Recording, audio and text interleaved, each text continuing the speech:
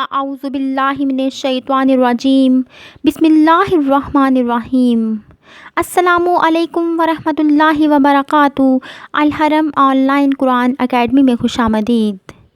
آج میں آپ لوگوں کو ایک بہت ہی پیاری حدیث مبارکہ پڑھ کر سناؤں گی، لیکن اس سے پہلے میں آپ لوگوں سے گزارش کروں گی کہ آپ لوگوں نے اس حدیث پر عمل کرنے کی کوشش کرنی ہے اور اس کے ساتھ ساتھ اپنے دوستوں میں بھی اسے ضرور شیئر کرنا ہے تاکہ ہر کوئی دین اسلام کی روشنی سے مالا مال ہو سکے اور کامیاب ہو سکے۔ تو چلتے ہیں حدیث کی طرف۔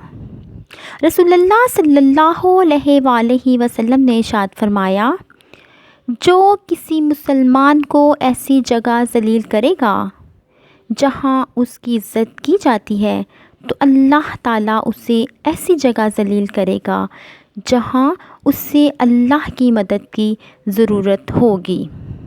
یہ ساتھ ہی کتاب کا حوالہ موجود ہے، آپ لوگ دیکھ سکتے ہیں۔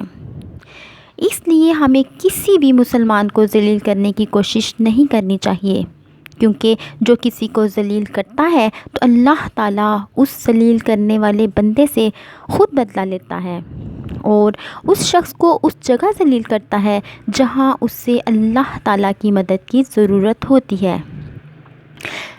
اللہ تعالیٰ سے دعا ہے کہ اللہ تعالیٰ ہمیں اس حدیث پر عمل کرنے کی توفیق عطا فرمائے اور ہمیں کامیاب اور سرخرو فرمائے۔ آمین۔